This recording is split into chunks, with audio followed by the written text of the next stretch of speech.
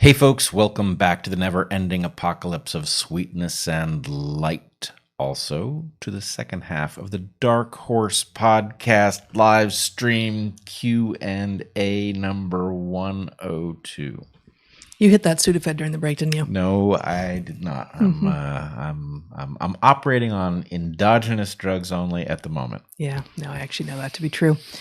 All right, we're gonna stick to an hour today, which means we got a lot of great questions today. And we're not going to get to a lot of them. I apologize in advance, but you are feeling it. You are feeling a little bit of the head cold you got. Oh my you were goodness! Reporting to me, so yeah, it's really not bad. But I've also lost my ability to tolerate these things with the pandemic, which has insulated us from semi-periodic illnesses that we would otherwise have gotten used to. Yeah, exactly. Oh, bit my own tongue. First question from the Discord server this week. First question is from the Discord server this week. I have owned several, so they pose questions, and then the people on the Discord server, to which you get access if you join either of our Patreons, vote on what is their favorite for the week. I have owned several pets, dogs and cats, that can tell the difference between men and women without any training. Most humans I know can't tell the difference between a male versus female cat or dog without deep inspection. Why do you think human sexes are so identifiably different compared to the difference in many other mammals, which is often very subtle? It's an fun question, interesting question. There are a number of answers to it, one of which is that mammals are particularly adept of all the senses at smell. The exception to that rule in mammals being specifically primates, for whom vision has become prominent. You can see evidence of this in the brains, but also just even in the positioning of our eyes, which have moved from the sides of our heads more frontal so that we have binocular vision, and from the reduction in the size of our snouts, such that we have, we just don't have nearly as much going on in smell land and a lot more going on in vision land, whereas our dogs and our cats, you look at them, they're real snouty, they got long noses, and lots of ability to distinguish presumably male from female by that mechanism. And so they are distinguishing one another by that mechanism as well. You say that we can't tell the difference between male and female cats and dogs without deep inspection, as you say. Well, I would say in some I think everyone will have run into males, at least, of domestic cats and domestic dogs, who are like, there's no question that's a male, because they just have more robust skull structure, for instance. But it's also true that they are never going to be confused. Even the ones who are so-called fixed, which is most of the animals that you run into, are going to be able to smell the difference between male and female. So I have a bunch of... There's so much here, right? Like we could go on for an hour here. A long time. Yeah. One thing I would say is I'm not 100% convinced by the premise of the question. Mm-hmm. I think we are actually much more definably different between the sexes. But I think because it's our species, we would think so no matter what. Absolutely. On the other hand, I think we belong. Well, but I think the way that the premise works then is our pets seem to be able to tell differences between human male and female. Why can't we so easily tell the difference between domestic cat and dog male and female? So that's where the symmetry seems to be presented in the question. Yeah, I'm not even sure I buy that either, because basically and I will get back to this, but our pets are very good, I think, at identifying us individually. And so it's not even clear to me. Well, but I guess I've known dogs who, and I think this is probably where this is coming from, and people say this about cats too. I haven't actually known any cats for which this is true, and I've known a lot more cats than dogs. Well, but I've definitely known dogs who had a predilection for one sex or the other, right, including strangers. Like you could predict, okay, someone's coming over, the dog has never met that person before, and you can predict the sort of the valence of the initial reaction based on the sex of the person. Right, but I'm not convinced that they are distinguishing the sex, and then it's like, oh, that's in the category I prefer, something like that. It could be that there's something about the way males interact, females interact, so it could be a third correlate. But nonetheless, I would say I believe human beings belong solidly in the category of creatures that these things are easily distinguished. So, for example, Siamangs, males and females are different colors. I think I have that right. In I don't remember, rough-skinned newts. So Siamang is a so-called lesser ape. It's the biggest gibbon. In rough-skinned newts, males and females are very different size and have a different body shape. So anyway, there are lots of creatures for which there is no ambiguity. And I believe... Gosh, I find rough-skinned newts actually tough often. At least during non-mating season. Yeah, males have the big flat tail. Females are rounder. You can also... I mean, I know the descriptions. I just don't find it particularly easy. All right. Well, I take back that one. Elephant, seals. There's a long list of creatures that are easy to distinguish. There are others in which you can learn it, even if it's not intuitive.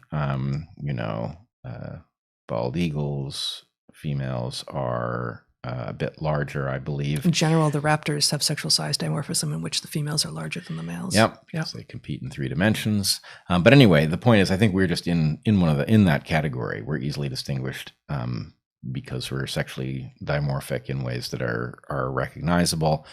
I also Whereas think both cats who have evolved, domestic cats have evolved from a solitary creature, and even domestic dogs which have evolved from a non-solitary creature, but a pack hunting creature, all adults regardless of sex have to be involved in the hunt and in securing food for themselves, and in the case of the wolves from which our dogs evolved, for the group.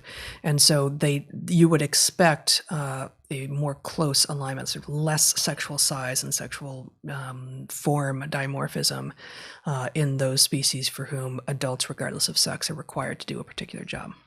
Yep. I would also say cats are interesting because yes, they are. I have decades of experience with cats, and I can't reliably tell the difference based on morphology, but I do believe I can tell the difference based on behavior. And it's not 100% reliable because obviously a cat that is shy, it's very hard to see enough behavior that and both male and female cats can be shy. Yeah. But there is to me a distinction between the way male cats and female cats approach the world, and I'd be interesting to know. I'd like to actually test my sense that I can diagnose them, because often... for sure. No, I think that's fascinating. I also, not apropos of the question, but I think coat color in cats is predictive of some personality traits.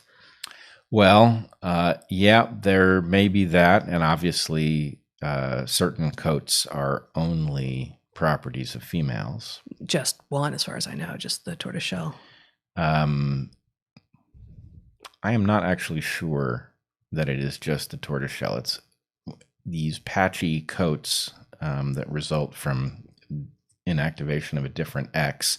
Yeah, but so calicos, I believe they're male calicos, whereas tortoiseshell is a very particular one that emerges from the mechanism you just described. Well, anyway, we should look into it, but obviously then it would be somewhat predictive of behavior. Yeah, but that's not what I'm talking about. I'm saying, actually, even tabbies, of which we've had several. I think white and orange and black, just those 3 colors, seem to correlate with some particular types of personalities. So I'll just leave it at that for the moment, rather than say what I think they are, which we'll get to later. That there's 2 ways that could happen. It could be that the coat color is connected to something that actually manifests as behavior, or it could be that the coat color impacts the way the world deals with them. So black cats, for example, to the extent that people have a superstition, black cats have a different develomental experience of people. This is true, although my experience, and again, this is anecdotal, but I've had 3 black cats, and we've had 2. My experience with black cats has been that they are particularly affectionate and loyal, which you might expect the opposite given the superstitions around them. I'm not so sure about that. I'm not so sure, because it may be that they get less interaction and therefore are... They find someone who doesn't treat them like they're going to cast a spell on them or something. Right. They treat them well. Yep. Okay. Okay. Let's go to the questions that came in on the darkhorsesubmissions.com site. The claim that the vaccines can reduce T-cell immunity is becoming increasingly common among those critical of the vaccines. I have not yet, so I have not heard that. You heard that? No, and we're not done with the question yet. Yeah, I'm a little want to know more of what it means. Decreased T cell immunity in whom? In people who have had COVID. Let's see if the rest of the question gets there. So let's just start again. The claim that the vaccines can reduce T cell immunity is becoming increasingly common among those critical of the vaccines. I have not yet seen any papers suggesting this, with the exception of a preprint saying that the second dose could do so in COVID-recovered individuals. When the paper was published, that reference was removed from the abstract. What is your current understanding of the effect of the vaccines on T cell immunity? And then there's a link to something that might be that preprint. I've actually never heard this. This is news to me. So, well, I don't want to do too much guessing because the current environment is not hospitable to even responsible navigation of hypotheticals. But I will say you have an obvious interaction of a small number of components, right? You have antigen. That antigen can be the result of infection. It can be the result of vaccination.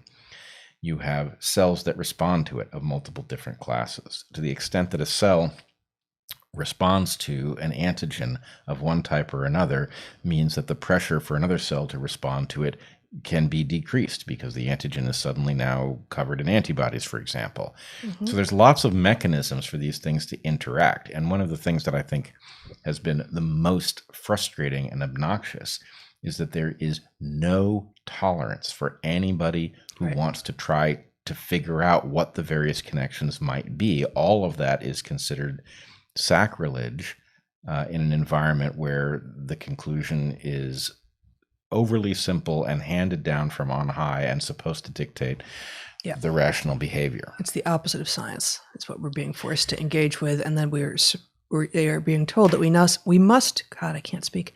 We must pretend that it is science. Like this is the highest and best thing that humans do. And it is, in fact, almost the opposite. Okay, so I was finally able to, it's very hard to click on links that people send in this framework that we've got here. But, okay, so this is just the paper to which the question asker was referring. But I think we did it as well as we can, given that we don't know much about this. Hypothesis. Wow, this got really small. There we go. Hypothesis. Merck pissed the FDA and CDC off with the molnupiravir announcement. The narrative has been vax only, no early treatment. Merck did, quote, science by press release. Fluvoxamine study sat unpublished since August. It's now published to fanfare. Shows effectiveness. It undercuts Merck's drug, both in profits and maybe even getting an EUA. I don't know enough about the history to know what part of that is the hypothesis, or if the whole thing is the hypothesis. Well, I think there's some observations in there, and the hypothesis. I don't know what part of that is known. Them. So okay. We don't know that Merck pissed off anyone. So that begins this. So I don't know if the rest of it is all speculation as well, or if some of these are observations that are. There's some observations in there.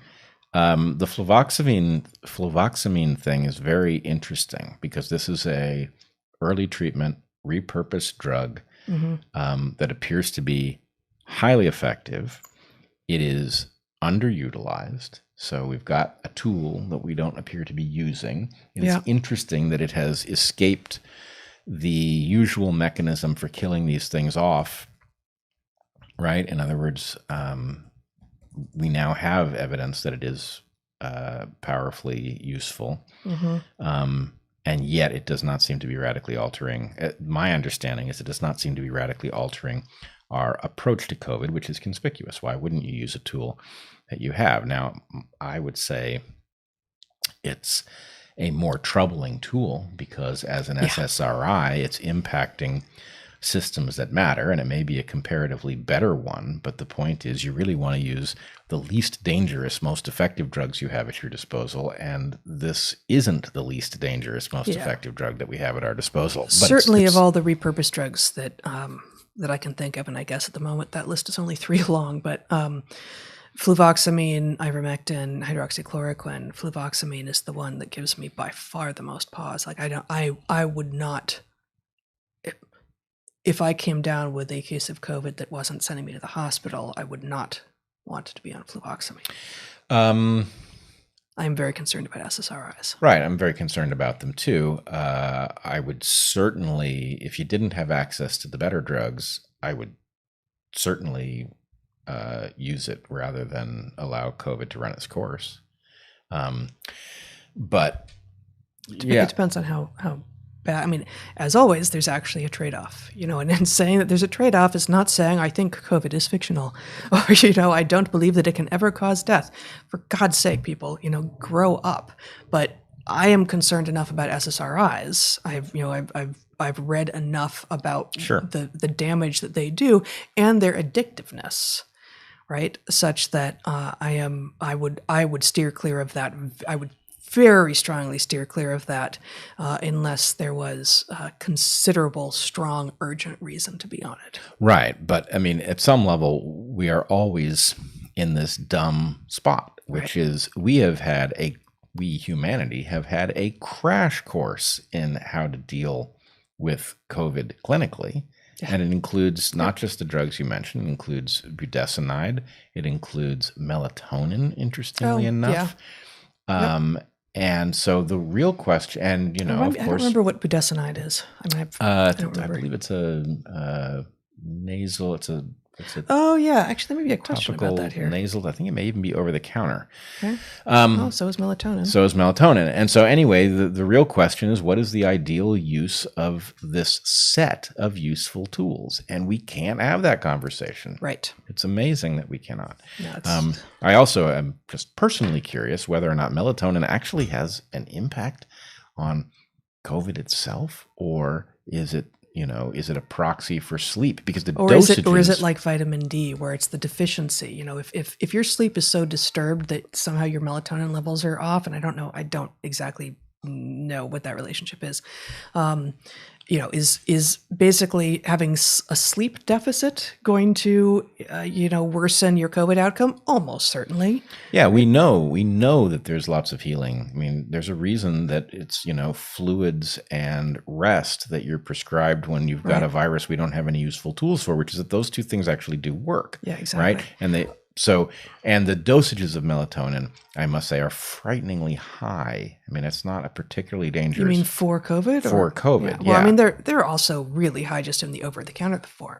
The over-the-counter form, right? At this point, what we have in our medicine cabinet for occasional use is 300 micrograms. Yeah. And very often, it's at least an order of magnitude more that you buy in pill form. Hey, Zach, you want to let old Yowley in? Oh, he's just yelling. Okay. He recognized his affectionate nickname. Sorry, anything else? Nope. Okay. Vitamin K2 perfectly complements vitamin D3 by reducing or eliminating the toxic effects, which are osteoporosis, hardening of the arteries, and kidney stones, to name only a few. Could you do a segment on the tremendous effects of vitamin K2? I don't know very much. Yeah, I don't, but I think it's interesting. I've also heard that we should look into the interaction with magnesium. So anyway, as we are pulled farther in this direction, I think it is worth exploring the. Yeah, I mean, the problem is, of course, that there's a billion places that you can go. I'm just trying to figure out. I don't even know. Yeah. Activator X, K2, yeah, it's some relatively newly discovered in the 20th century drug, but or molecule, about which I know very little.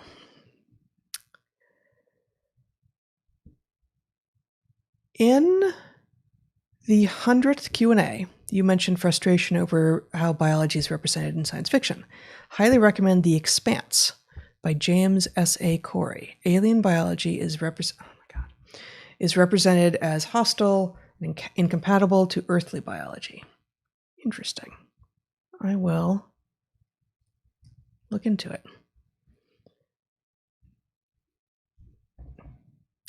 If selection favors youth over longevity, does this minimize the evolutionary healing lens for medical conditions and injuries of aging and their treatments?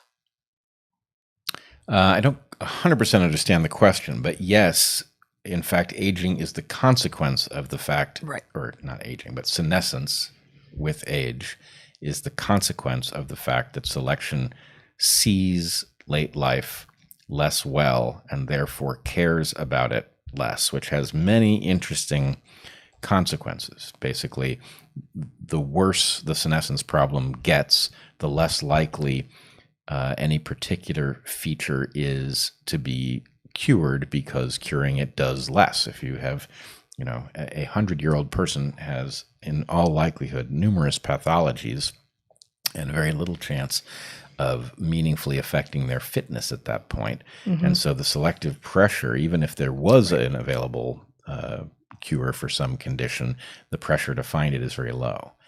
So what effect that has on our intentional study of these things is debatable. In some sense, the market is driving what we seek, and so what people fear and are afflicted with is probably the driving force.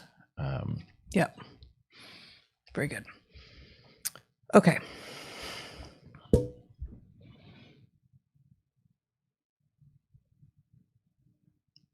This is a high dollar value question, but I don't know enough about any of this stuff. I'm going to read it, but I don't think I have any opinion at all. The biological background is not vaxxed, diagnosed with Crohn's and AS spondylitis. I don't remember what AS is. With mild psoriatic art, MD wants to offer twice monthly Humira injection, which lowers immune response. Dilemma is vax or not to vax. Offer what injection? Humira. I don't know. I just don't know enough about any of those conditions to be able to say. Yeah, sorry. Any thoughts about using air purifiers to reduce the risk of catching COVID indoors? I just bought one that filters down to 0.1 micron, finer than N95 masks, with UVC. Love you both. This filter that we have as a sponsor as of this week doesn't filter to quite that. I don't remember what it is. I think it might be 0.3 microns, but and it didn't test for COVID, but in third-party tests, it was looking at viruses, small viruses, and was filtering out viruses. So, the capacity and some such filters are used in medical settings as well, but it's not, opening the windows regularly is still definitely advised. Yeah, my guess is the filtering is a little bit of a red herring. Viruses are very, very tiny. Filtering them out is not a straightforward matter, because you may not be filtering the particle. You may be filtering a droplet, right? Or an aerosol. Yep.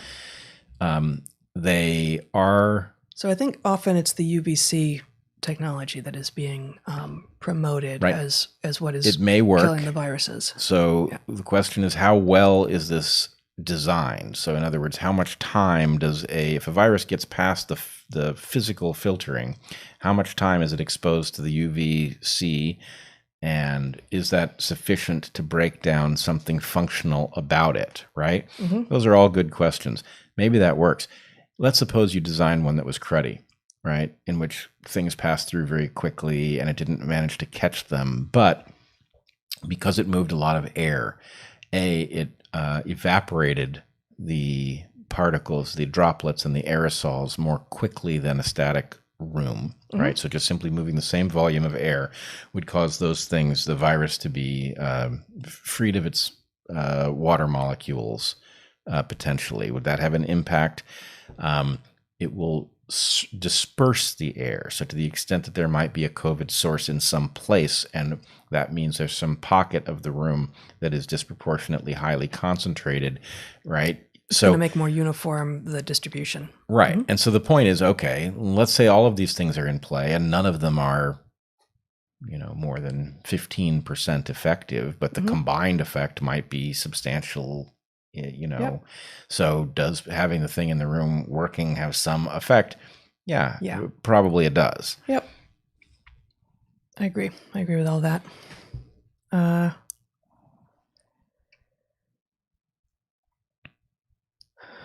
Submitting the stats for Romania. So this is just like, here's some true things, or here's some things that are said that are supposedly true.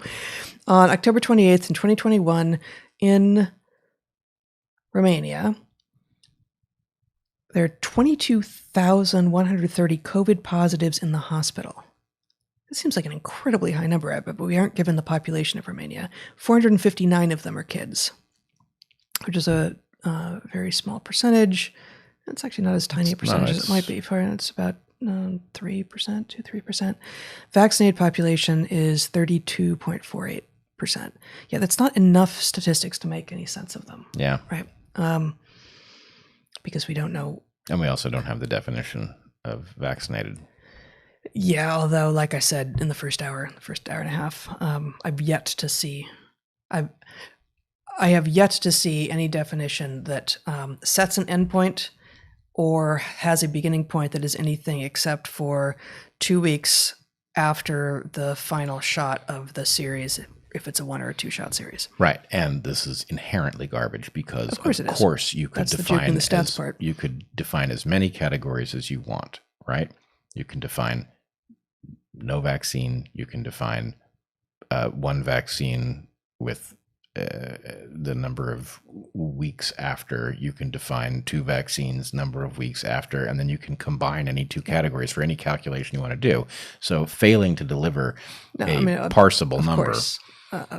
Of course. I mean, this is a point I've made before is, oh my God, this is biology. There really aren't that many binaries. There's one, at least, and that's the one that the woke left is taking issue with, sex, male and female, and then it creates these insane fictional binaries like vaccinated versus not vaccinated, where it's not a binary. So it's, ginning up binaries that don't exist and rejecting a binary that does, and it's all incoherent. I mean, I disagree with you a little bit on there aren't that many binaries. I think there are lots of binaries. But what are some others? I mean, all of phylogeny almost. Those are dichotomies. Okay. I mean, I don't see the distinction. Autotroph, heterotroph is good. So in any case, plenty of binaries that we can point to. But the problem is with this claimed binary, there's an obvious definition.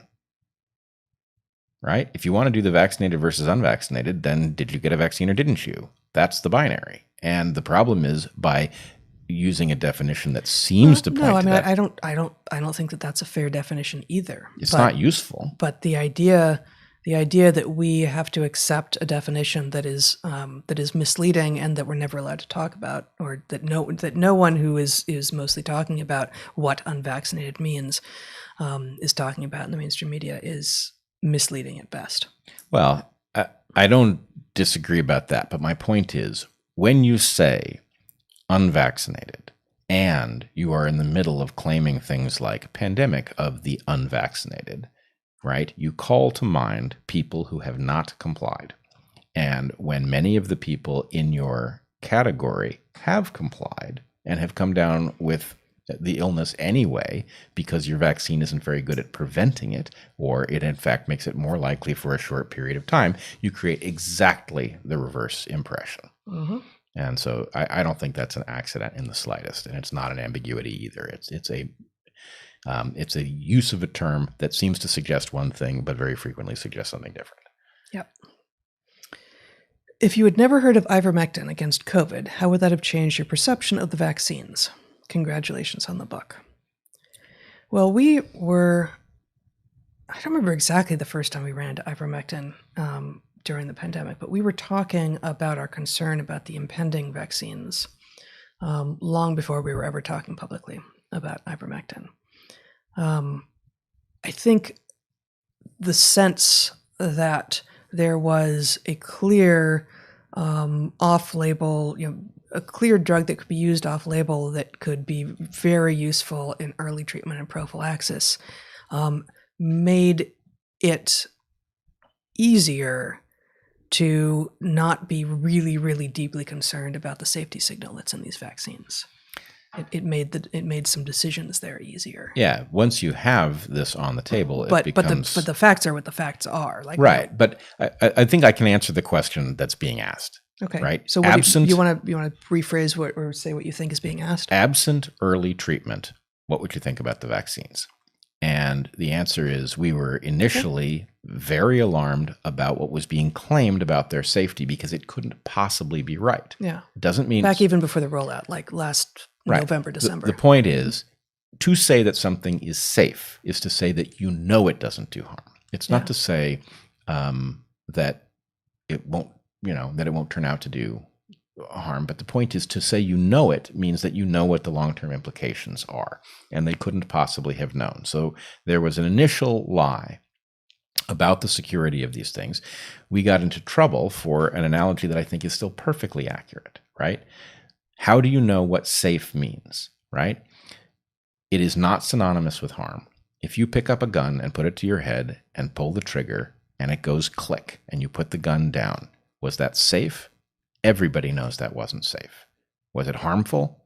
It's not obviously harmful, right? You got away with it. And so the point is, to say that these things were safe was to imply that they knew no harm can come. And they obviously didn't. We've now discovered harms that did come from it. And we also cannot know what the long-term implications are. Right. And so the point is, we were alarmed. And I guess the point, if you didn't have a cabinet, a theoretical cabinet of drugs that work against this and turn it into a manageable disease, right? That doesn't make these vaccines any better than they are. Exactly. It doesn't make them more effective. It doesn't make them safe. And the point is, then the question is, how good can you get at the game of avoiding the disease, right? How much better can we get at figuring out what behaviors actually prevent disease transmission and how to deploy them? And I think, if only we would avail ourselves of the tools that we have at our disposal, that's not such an important question anymore because we do have those tools. But in the absence of them, that would be the question. So there's another question here that is relevant. Please, can you list all the detailed precautions you're currently taking against COVID? And I don't think we're going to say all of the ways that our behavior has been mitigated by this pandemic, but specifically in terms of, we are, and I specifically am not a fan of supplements. I don't like taking pills for health. It doesn't make a lot of evolutionary sense to me. But at the moment, we are taking D, and I have no qualms with that. But we're also taking C and zinc and quercetin, sometimes turmeric, and you're continuing to prophylax with ivermectin, as is Zach. Yep. The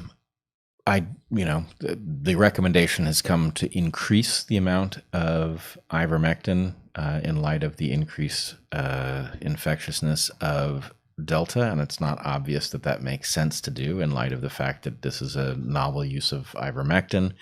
But we do lots of other things too. We do dine out. We dine out outdoors.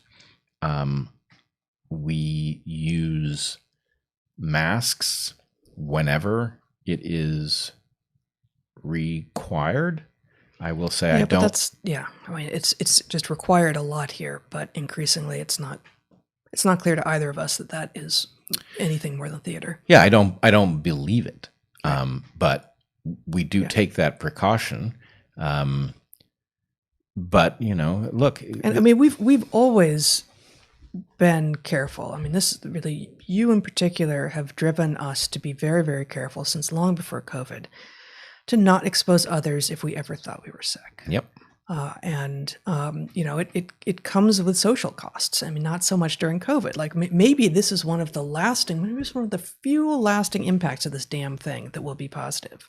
That if we emerge from this to any sense of normalcy, and people can deal with the cognitive dissonance that they have trapped themselves in by believing completely mutually incompatible things, from here on out, you don't get penalized for calling in sick when you feel sick, or for not going to school when you feel sick.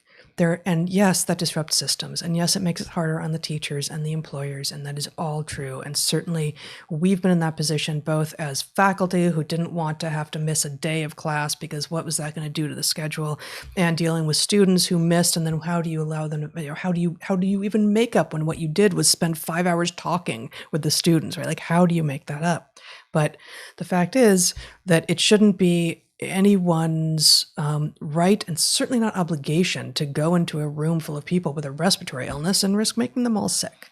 So, that's one thing, and basically being cognizant of distancing from people when it is possible, and not putting ourselves into positions where we might be getting people sick. Well, unfortunately, though, or maybe it's fortunately, in order for the right lesson to come out of the pandemic, let's say that we somehow get our act together, we get ourselves out of the pandemic, and then there's a question about what lessons to retain from it. You need a more pro-social society in order to even deploy that piece of hard-won wisdom, right? Because what you don't want is a system in which, because we now all understand what we should have understood all along, which is that it is bad to have people coming into work who are sick, that the cost, even in terms of the amount of work that gets done, is substantial because of all of the other people that they will get sick. What's more, it's extremely indecent to get people sick when you know you have something transmissible or suspect it. But the problem is, how do you get to the place where you really do call in sick when you really are sick with something transmissible, and you really don't when you aren't? Is you need a system in which we are kinder and decenter to each other, and in which your employment does a better job of taking care of you, and that this isn't all so goddamn transactional. Yes. And so the question is, we're a long way from a society in which we're not basically dealing with each other in transactional terms all the time. Yep. And that ought to be a focus. Yep. Indeed. Okay. Different sort of question. John, and actually, Zach, I forgot to notice when we started. I mean, I did actually, and I forgot. I'll tell you an hour. You're at 43. Okay. Sorry, you're at 37. 38 minutes. Really? Yeah. Okay. John McWhorter's new book, Woke Racism, is great and contains helpful thoughts on how to interact or not with the elect, as he calls them.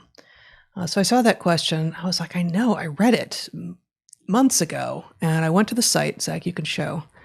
This is a great book, and I read it because he asked me to blurb it, and I thought, well, maybe it's not on there, but it is. So here's what I had to say about it. All right. I found it on the Amazon site. McWhorter brings us much-needed pointed social commentary with humor and grace. Give this book to those who are questioning the new religion, even those who have found it. Woke racism has the capacity to melt the hatred and fervor that is now all the rage, and to bring love and forgiveness, logic and discourse back into fashion. It's really a great book. I have not read it, but it does not surprise me. We only have, or I guess I was sent it in electronic form. We only have the early version, so we should get a copy and talk about it on air. So yes, highly recommend Woke Racism by John McWhorter. A book that unfortunately only a black man could write, but he did it. Would you expect the human species to split evolutionarily along racial lines? If not, how do you imagine the next fork in our road? Not along race. Yeah, I mean, in fact, the funny thing about race is it is the evidence of us not splitting along these lines. Right. It does not mean that people don't affiliate that way traditionally, right. But the point is human beings have remained a species, even though in many ways different lineages have behaved in ways that in other creatures we would call different species, ecologically distinct creatures. But less and less, the more into the future we are going, the less and less that is the case. Oh yeah, yeah, right. We are now global.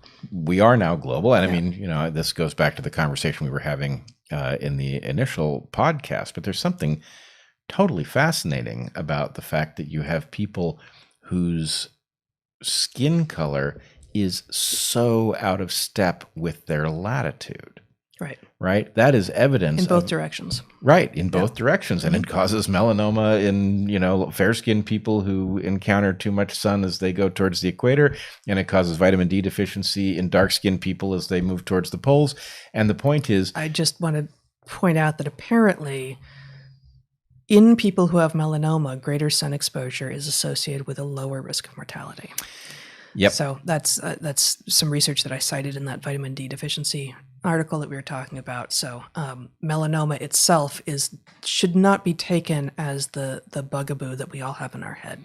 Well, melanoma is very dangerous. Apparently, greater sun exposure and probably greater vitamin D is somewhat protective in people who have melanoma. Melanoma is much more likely if you have low melanin content. Yes, true. So anyway, it's a very complex, interesting puzzle. But at some level, right, we are living in a world in which it's almost the proof of hypernovelty. Yeah. The fact that people's skin tone has not caught up to their new latitude is the perfect example of, hey, your evolution is not fast enough to deal with the rate of change. And is that bad? No, it's great. But the point is, it takes diligence to figure out, okay, what do you do about this? Suppose you are a dark-skinned person living at low latitudes or high latitudes. What is the right response? And, these are solvable problems, but they're not solvable problems if we're not allowed to talk about them. Right. Yeah. So apparently I won't be able to pull up the research, but Scandinavia, so throughout Europe, vitamin D deficiency is widespread, just as it is in North America, with the exception of the far north, where you would expect, if this was a Klein, away from the equator, vitamin D deficiency to be highest the farthest away you are. But basically, you've got a culinary history of high fish intake and also a lot of supplementation in the food itself. So, and in fact, one of the diabetes studies that I looked at was supplementing with D in infants in, I think it was Norway, that then produces much lower rates of diabetes 1, I think it was, later on. So there's just, there's all sorts of vitamin D supplementation in the Scandinavian countries, the exception to the finding that Scandinavia has much lower rates of vitamin D deficiency and also has lower rates of COVID is in the subpopulations of new immigrants. And most of the new immigrants in Scandinavia are dark-skinned. They're coming from North Africa and the Middle East. And, probably they aren't adopting the cuisine as much, and maybe not eating as many of the foods that are supplemented on this. I'm out on a limb. I'm not sure about this, but the fact that you have dark-skinned people moving to far northern climes in that case, Yep. And immediately developing a vitamin D deficiency and also being more susceptible to COVID, well, that all fits, doesn't it? Yeah, it fits perfectly, and actually it mirrors this sort of distinction that we saw. It's going to seem far afield, but during the Boxing Day tsunami, you had people who had been living on these coasts, the Andaman Islands. Gypsies. Yeah. They lost not a single person to the tsunami because they had mythology that told them exactly what to do, even though the periodicity of these things meant that no living person had seen anything like it, nor had any of their ancestors that they had met. Yes. Whereas in the city of Banda Aceh on the west coast, the very western tip of Java, I think, which had a mixture of people who had lived there for a long time and presumably a lot of people whose ancestors hadn't, there was incredibly high death rate. And also the west coast of Thailand, which also had a lot of tourists. Right. And so the point is, there was a big difference. It didn't matter that you were a coastal person and that you might have been there for a couple generations. Right. You needed to be there a lot longer in order to have adapted. And in this case, adapted means to have the correct mythology to know what the hell to do. Right. Yeah. Right.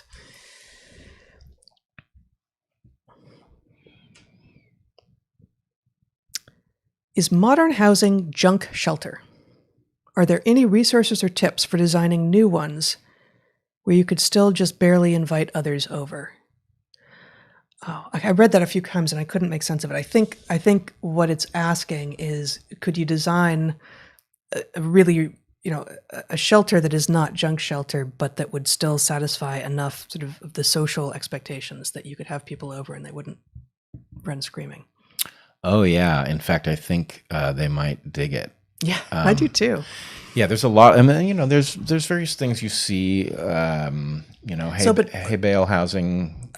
I think I actually before you go on, I think also this is now a reference to our repeated references to things like junk sex, junk media, junk food, right? So junk food being the only one of those that's out there in the world. But yeah, junk shelter, hay bale housing. Well, I would just say, there's a way, once you know what the consumer wants, right? Yeah. They want more space. They want a vaulted ceiling in their entryway. They want... Do they? Yeah. Yes. Right. The point is, we can do that. You know what they want is they want hollow core doors. So we've now shopped for houses a couple of times together. I mean, a lot of times, but for a couple of moments in our relationship when we actually ended up buying a house. And without ever talking to one another, starting, I guess it would have been in like 2002 when we were shopping for a house in Olympia. Both of us were going around like knocking on the doors and sort of like grabbing onto the door frame the and wall like, a little bit. oh, this is such garbage, such garbage. And actually the house we ended up buying in Olympia, which was in many ways wonderful and in some ways it really needed better climate control. It was very leaky. But it was on a plot of land. It was on 6 acres that was plotted for 4 houses, and one of them was empty when we bought it. And so the 3 houses that were there had all been built in the 70s. And then this one house was built in the first year or 2 of us living there. And we would go over many nights and check out what they were doing, and see what construction looked like, and watch it and predict what we thought the layout was going to be. But also the more and more built it got, the crappier and crappier it revealed itself to be. At 1970s houses, which had problems. The house we bought was just on the cusp of getting rid of the asbestos, for instance, right? And lead in paint. Now maybe lead in paint was lead in paint. Our house was too new to have the lead in paint. Yeah. But the newer stuff it's total junk housing. Well, shelter. My sense is there's a difference between an item that's actually built to last indefinitely and an item that is built with a short time horizon until it ends up in the landfill. And the materials on some of these new houses are short-lived materials. And there's no excuse for building a house with this. Of course, the price of the house to buy it, to get in, is cheaper. Yeah. What was it, punk board? Oh, punk.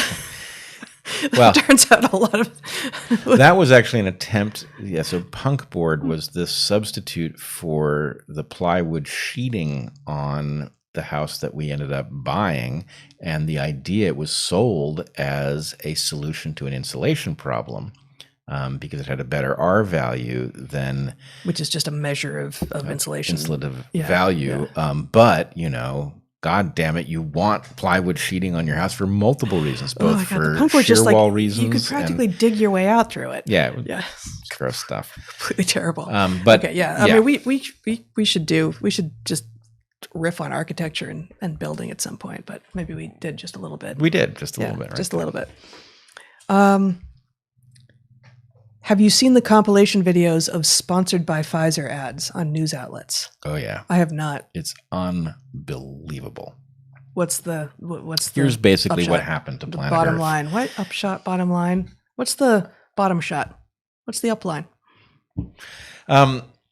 So the compilation involves Pfizer having predictably sponsored all of these ostensibly news distributing shows. And of course the news shows. What could go wrong? What could possibly go wrong, right? So the basic game is, well, they're not hiding that they sponsored it, and you're not accusing these journalistic shows of bowing to the economic desires of They need to eat. You don't want them to eat? What kind of monster are you? In any case, it's just nonsense. And of course, it's even more nonsensical because so much of, what is Pfizer, right? Pfizer is What is Pfizer? it's a for-profit corporation. Oh, good. I thought it was going to be a philosophical question. No, I mean, it just, the partial participation in a normal series of market forces is a little bit jaw-dropping, right? I mean, in other words, how much are these vaccines? Oh, well, they're free. Really? Do tell. Yeah, they're Yes. free is not how I would describe them. No. So anyway, Free and safe. they are free and safe. Yeah.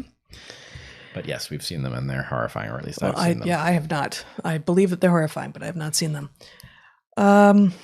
What are the rules for us who are medically exempt? I feel like I'm now a leper amongst family and friends through no fault of my own.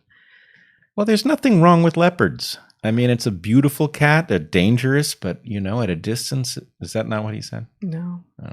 No, I think it was a she, but I've already clicked yes, so I can't go back and check. All right. There are no rules, unfortunately. Yeah, I don't know that there are any rules because I think none of us really know where we are. I would say the rules for how careful you need to be to protect others, be very, very careful. That's for real. On the other hand, you're obviously being lied to, and you're being lied to at peril to your health, and even worse, to your children's health. And that changes, basically the thing that wants to shame you and mandate you and exempt you, if it has to, that thing is in breach of contract. It just is. Yep, sure is. So this is a link that I have not gone to yet, but it says, love you both. Your explanation of capture leaves out FCC and wireless. There's a lot of corruption there. And there's a link here. I don't know anything about this. I mean, I have no. Yeah, I mean, look, I am concerned about every choke point, and obviously communication involves choke points, and wireless is one, and other things regulated by the FCC would be others. You're probably referring to something specific that we don't know about, but it's a major concern. Yeah. Okay, here's a totally different question. I finished the audiobook. Nice. Question: mating dating strategy for a 40-year-old male looking for the one woman who wants a family with me, not just to be a stepdad. Dating apps suck. Red flags? Question mark. That's a big question. Where did we just have this discussion on one podcast or another? We were talking about the difference between, and I've now seen this mirrored in some other realm. Was it the NPR? We had such a great conversation on this NPR show. Yeah. Which I don't think is out yet. And I don't even know if it'll be available to anyone who's not in the sort of Virginia, D.C. area, which is where it was. Was it with him? Yeah, maybe. Yeah. I think it may not have been actually. In any case. That's also possible. The point was, how do you make yourself desirable to a potential mate? And the answer is really what should be desirable in a potential mate is not that they've made themselves desirable, but that they have done other things, right? It should be not the objective of the exercise, but a byproduct of the exercise. And so I guess I would say, you're looking for somebody who is interested in teaming up with you and having a family, but to the extent that that's what they're interested in, that is kind of a red flag. Yep. They should be interested in that in addition to whatever they're actually interested in life. Yeah. I guess at the moment, and maybe this is just, I don't think this bias will fade. I don't think this is a bias of the moment, but any indicators of personality traits over in that cluster B diagnosis space are red flags. And so, this is like a DSM psychological term, and I've been thinking about it. I'll explain it in a minute, but I mentioned my Substack a couple weeks ago, the one just for subscribers, that I've been listening to the Disaffected pod with host Joshua Slocum, and I said in there that it was an acquired taste, and I have now acquired it. It's really very good, and his take is his bent, his sort of framing hypothesis, if you will, is that cluster B traits are actually present in so much of the deranging behavior that we are seeing culture-wide, and they're being celebrated rather than tamped down and corrected, which is what a normal societal response should be. So the 4 cluster B diagnoses are narcissism, although the narcissism small n is present in all of these. Narcissism, sociopathy or asocial personality disorder, histrionic personality disorder, and borderline. And you can look up any of those or just cluster B, and or really just you want the easy way in, go listen to Joshua Slocum on the Disaffected Pod, and he'll give you an earful about them. Yep. You might consider avoiding cluster B, or you'll be cluster B fucked. Yeah. I mean, you will come to realize, if you haven't already, that you have interacted with some such people in your life. And one of the ways that I began to frame this many years ago, at the point that I had a set of interactions that was crazy making, like quite literally crazy making, was I was sort of looking around my world going like, why is everything suddenly off kilter and nothing is making sense? And at the point that I identified the human being who was present in all of the mystifying, crazy-making interactions, including sometimes, 2 degrees deep, but when I could go to someone else and say, wait, was that person actually the source of that information that is patently false?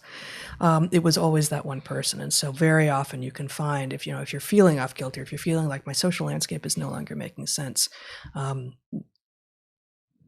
all too often it can be that there is a source, and that often they will have one of these cluster B diagnoses. Yeah. So red flags, those are some. I didn't say any of them except to name the diagnoses. Yep. Now, the harder problem is that because these things are now being, they are now spreading, presumably lots of people who don't have a pathology per se are nonetheless And this is actually his point, in that you don't. There are a lot of people who are behaving this way because they're encouraged to behave this way. Right. So, and they actually have no excuse except that they're getting social cred. Right. They're getting points for behaving like narcissists, like sociopaths, like histrionics, even like borderlines, which is the scariest one of all. So I would say one thing that you can use as a proxy for the absence of this is whether the person is tolerant of folks of different viewpoints. In other words, it's all well and good to be a liberal, even a Democrat, but if you're a liberal or a Democrat who can't tolerate, discussions with conservatives or Republicans, there's something wrong with you. Yeah, because that's a red flag, sure. Yeah, like whatever the person who you may be interested in, his ideology is, beliefs, if they also proudly wave the "and I won't talk to the other side," then you run away. I won't talk to the other side, and neither should you. And the point is that, look, I don't know of a side that's got this so wired that you can afford to just forego the wisdom outside of it. Yeah, totally. Okay. Hold on this. You're at about an hour and 4 or an hour. Sorry, 59 minutes. That should be your last question. Okay. How can an employer with high liability trust their employees' professional judgment? How can a professional work ethically when the prescription supersedes the evaluation? Thanks. I think there's a lot in here that is in code, and I'm not quite sure that I have decoded it. I think I got the first part. Okay. Maybe. I'll just read it again. How can an employer with high liability trust their employees' professional judgment? So if you are an employer and you have risk, right? If you are employing people to utilize dangerous machinery, in public, Mm-hmm. how can you trust your employees to do it in such a way that you don't end up with a massive loss, somebody having been injured because somebody who worked for you was behaving casually? And I mean, it strikes me that this is sort of the legitimate reason for things like OSHA, that basically there are rules that, yes, they're cumbersome and annoying, but they're there so that a person who operates according to them, the risk of them doing something terrible is much reduced. But I don't know. I mean, this is a serious and frightening question. And I must tell you, I've been increasingly having conversations with people who run businesses, and they are having incredible difficulty finding help that is capable of doing the job, that is basically willing, that does have judgment and discernment, that has judgment, people who and have is judgment willing and discernment. to deploy it in the service of a job. Either people take a job and they become an automaton that doesn't have any judgment. Well, I mean, this is an obvious downstream effect of not providing children risk and adventure and actual problems to solve that actually need to be solved, about which there are stakes. Right.